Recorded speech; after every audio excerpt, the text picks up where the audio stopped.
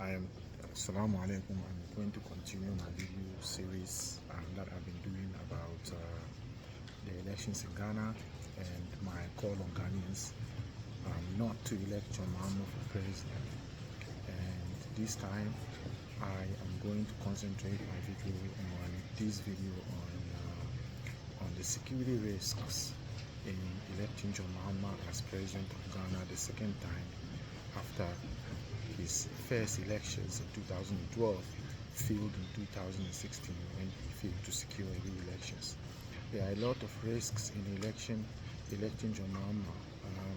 The first of the risks is that he is a former president, and that in itself is a risk because we don't know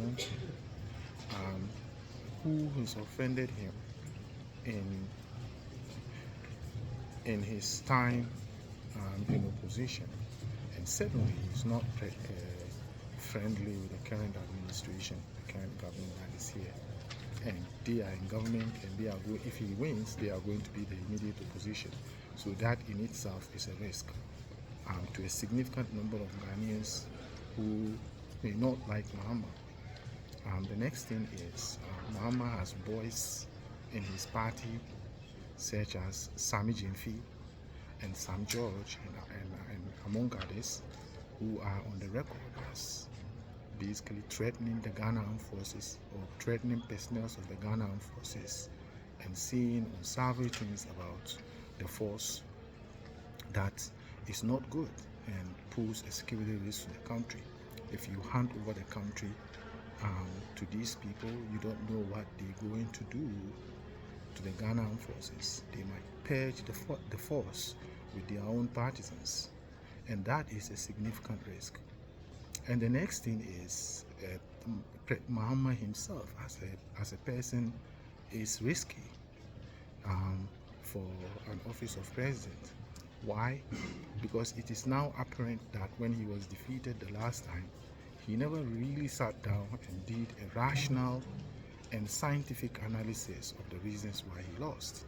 Rather, he blamed his loss on superstition, and he claims that Nana Akufo-Addo voodooed him.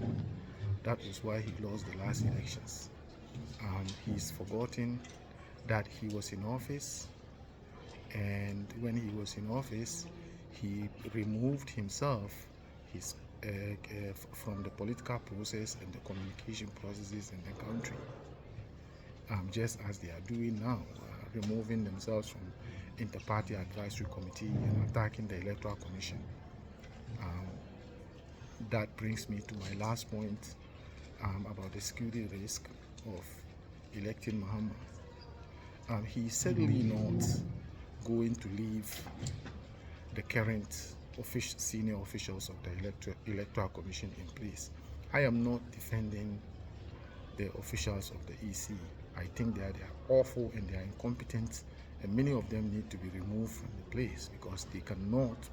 If you just have to go to the EC website to just find their level of incompetence.